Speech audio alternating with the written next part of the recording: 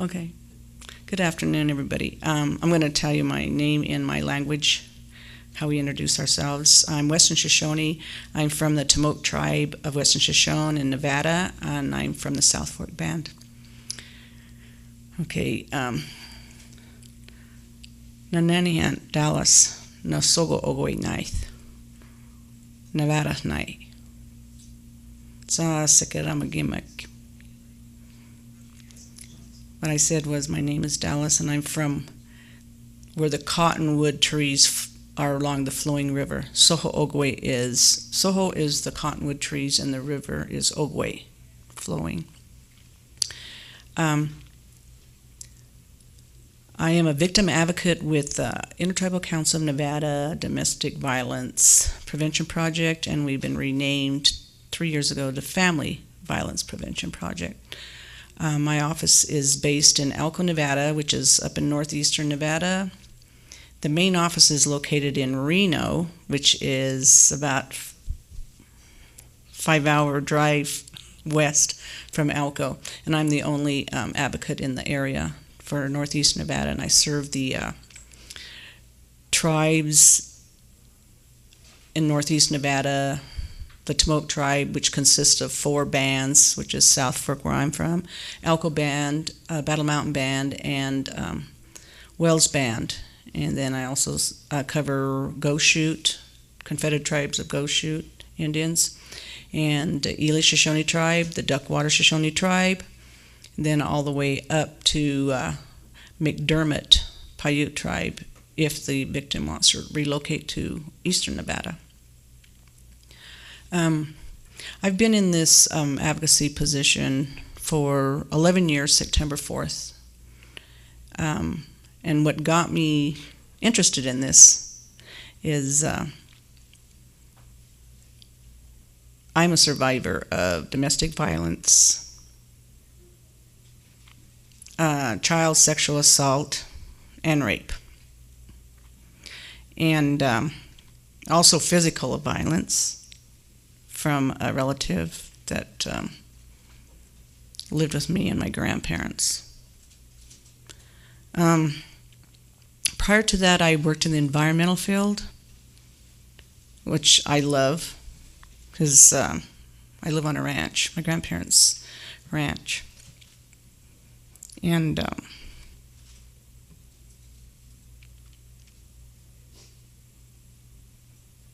excuse me.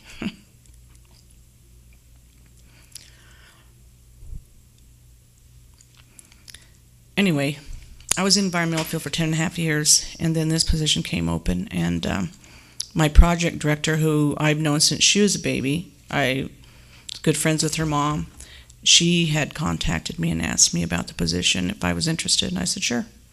She was okay. She says, we'll see what we can do, if you want the position. She says, just come for an interview.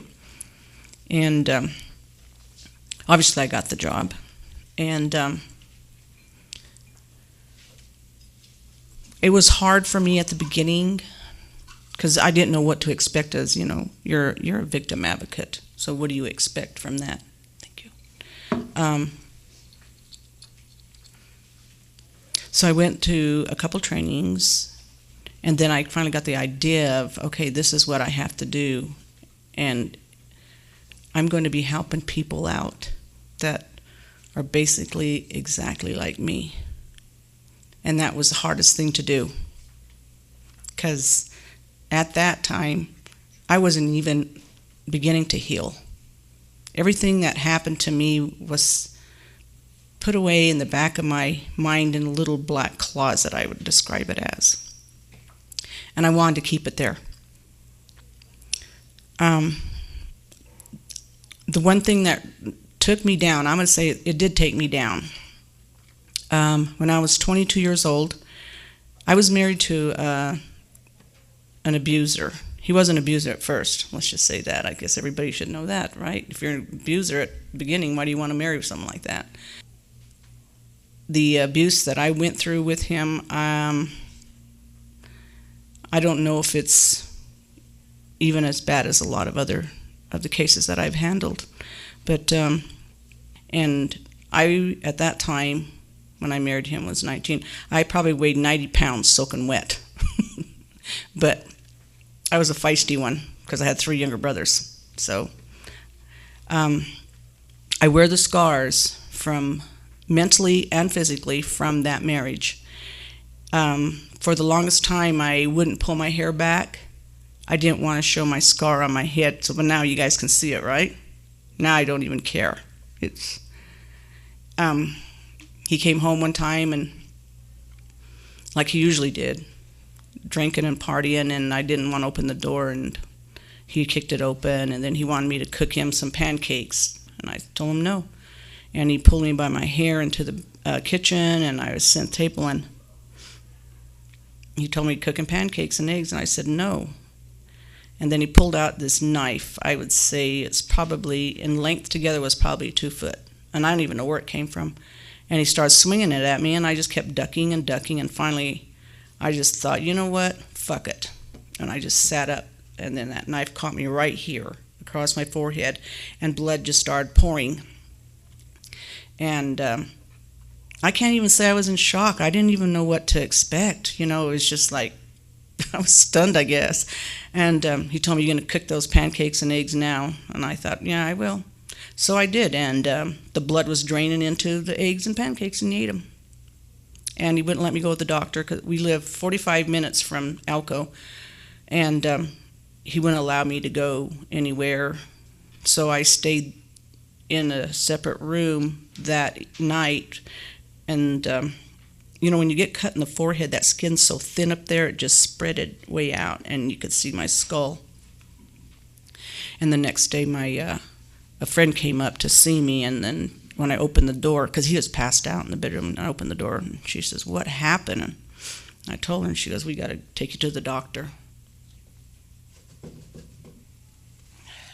My nose.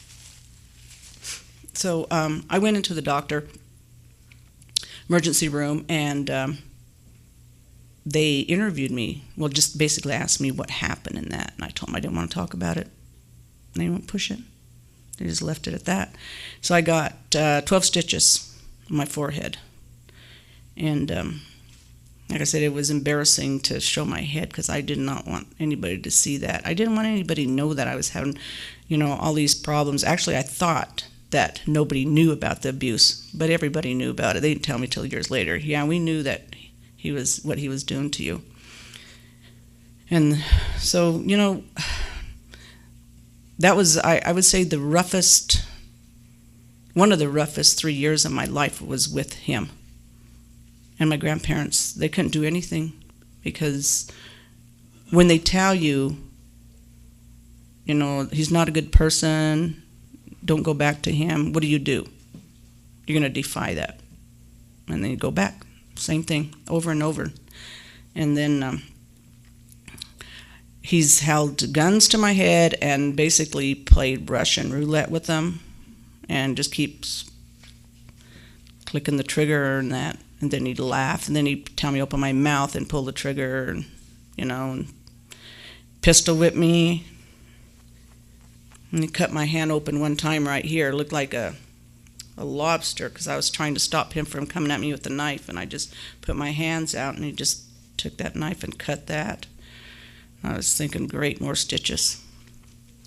The turning point for me was one night I was in bed in that, and he was gone again, and then, I don't know, something, it was a higher power said to me, don't open that door and get out of that house. But what I did was I jumped out of bed because I can hear him coming up the field. It's probably like about a mile from the main gate. And I got out of bed, and my brother had made this toy box in high school, and I had blankets in there, so I thought, I'm going to hide in there. I'm just going to see his reaction. That's all it was about, to see what his reaction could be that I'm not there, because I'm always there. And so I got in that box. It was right in that bedroom, right in the doorway, and put those blankets over me. That was the dumbest move anybody could make. He walked in he was pounding on the window. I didn't open. So he went around the house, kicking on the door, and he finally got it open. And he turned the light on in the kitchen, and he walked through the living room, and then he walked into that bedroom, and he fired 3 shots at the bed. And it was hard for me not to breathe because you can hear yourself breathing.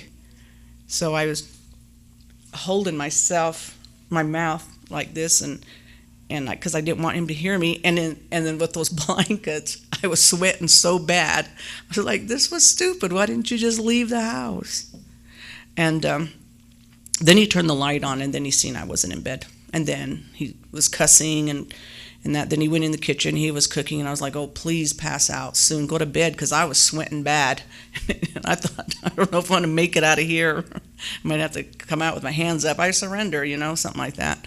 And it was probably about another hour I was in there, and then he got in the bed, came in the bedroom, and then he got in bed, and then he passed out. And then I was very careful about, opening that box, the lid, to get out. And then I left.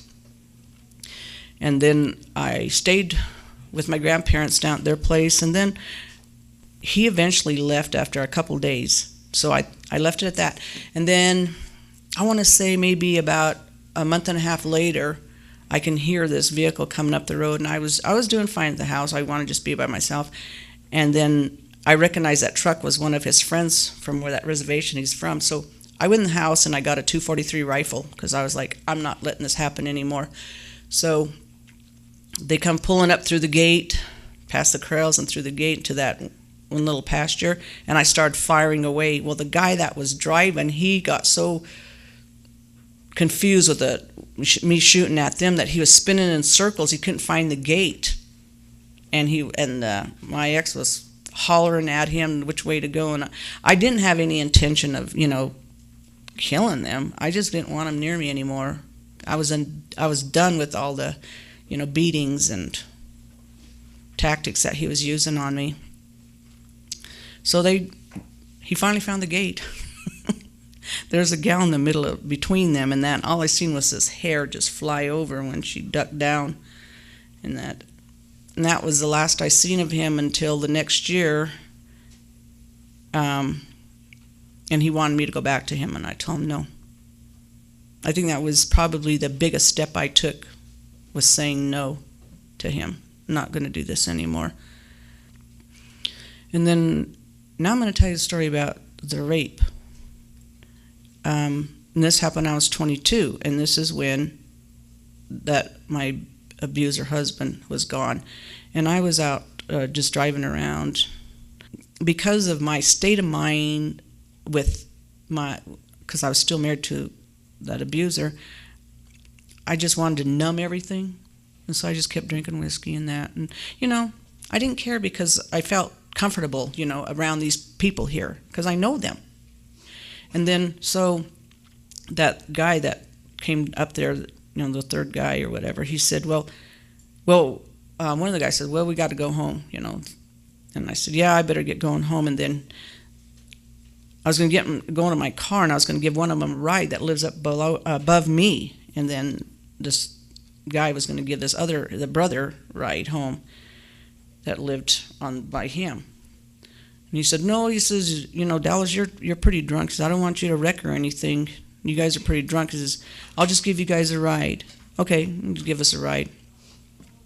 Not thinking anything about it. Come back down. He passed my gate again, and I said, hey, just drop me off. I'll just walk and that. And he goes, I'll take you back to your car. And I said, oh, yeah, okay, well, whatever. Go along with it. Went up there, pull up, and I was going to get out, and he grabbed me by my shirt and that. And then, it was all slow motion, because I was, buzzed up from drinking whiskey and beer. But it was like a slow motion, because I felt, it was just like, I was slowly looking at him like, what are you doing? And it's like I couldn't even do anything. And I started to, push his hand away, but I didn't even have strength. And then he pushed me down and that. And I don't know. I don't remember half the things he was saying to me. I just remember at one point he said something about, you think you're better than the rest of us. Anyway, he proceeded to rape me. And then he told me, he said, if you tell anybody, nobody's going to believe you. So I believed it. So the only way for the longest time, I was angry. I was embarrassed. I blamed myself. I had so many emotions going. But the crazy thing is, he was stalking me. He stalked me for I don't know how many months. I'd be driving home and I'd take off up the hill to my aunt's house because I didn't want him to follow me home or find me home. I didn't know what to do. But I never told her. I didn't tell anybody. I met my husband that I'm married to now. We've been married for 36 years. I met him shortly after, maybe about a year after that rape. And I felt like I married him, I'm not going to say false pretenses, but it's like I wasn't Dallas. I had some mask on because I knew the secret and I couldn't tell him. So things went on, and it got to the point I had a miscarriage, and then I got pregnant again. Then I had my oldest daughter. She's 31 now, and then between my oldest daughter and my youngest daughter, I started struggling bad. My grandfather passed in '87, a year after Nakona was born, and my grandma passed in '93, a year after my youngest Jessie was born, and I basically lost it. And I don't know if anybody has ever felt this feeling before, but it's like you know that you're losing grip with your life, but you can't do anything about it. You can't hang on. It's like it's slipping away. You don't have that control.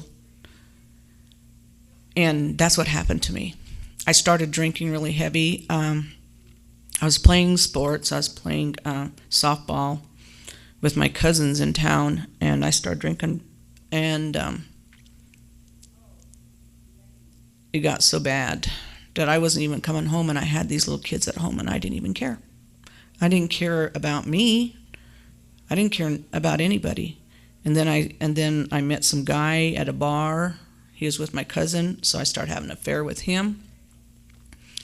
And then I was working. The entire time I was still working. Well, I had to pay bills. My husband, he was working as well, of course, and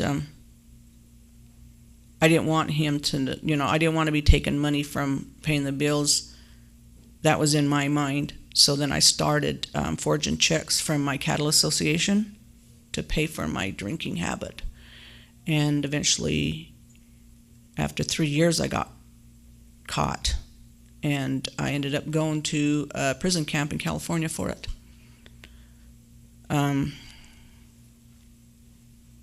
That was a turning point then. And I knew that I couldn't hide anything anymore, but it was still hard not to. And I talked to some counselors over there at that camp, and they told me that the only way that I'm going to ever heal is to talk about what has happened to me and accept it. I couldn't do that. And I came home. I was there for 6 months and came home, started working and started paying the restitution, paying back what I took. And then I was hired in the environmental field, so for my tribe, for my band council, and then started working with that. And then I don't know, I felt like I empowered myself after I come back from prison camp, because that's when I noticed that perpetrator that raped me, he started saying some really awful things, and he'd write letters and then they'd mail it out and saying just ugly stuff about me.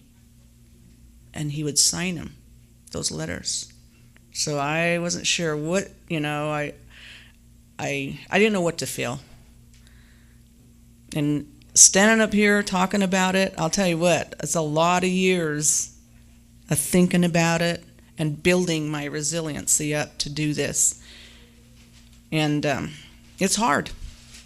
It's a hard thing to do. But in order to heal and live life, you have to start somewhere and let it all go, because I'll tell you what, that's pretty heavy baggage. And Whether you know it or not, people can see that on the outside. You can put a mask on. Matter of fact, my mask was, I turned into a comic. I'd make everybody laugh. You know, it's crazy that, you know, these facades that you put up there, you know, just so that you were accepted. Because I felt like if everybody knew that I had been molested and raped and beaten like that, that people would look at me in a different way. So now, with everybody, you know, knowing about this Me Too movement, myself and a couple other gals in Alco, we're looking at holding a group meeting, I would say, because we want to expose all the perpetrators in our area, and a lot of them sit on council, men and women, and but now we're being looked down on. Hopefully we get, you know, enough support, but you know how it is in Indian communities. People, they don't want to hear it. They're in denial. It's better off left, you know, in this little dark closet. And I don't know how anybody could live like that, because I see these people nowadays that my mom's age, they're so angry, they're so hateful, but they're hiding a secret. Because they're not fooling me, because I can see right through them. And it's pretty sad that these people, our so-called elders, are doing this to us. So, with that said, hopefully in the next month or so, we're going to be having this little group meeting presentation, because we're going to say hashtag Me Too, hashtag Time's Up. So wish us luck. We're going to stand proud. Thank you all for listening to me.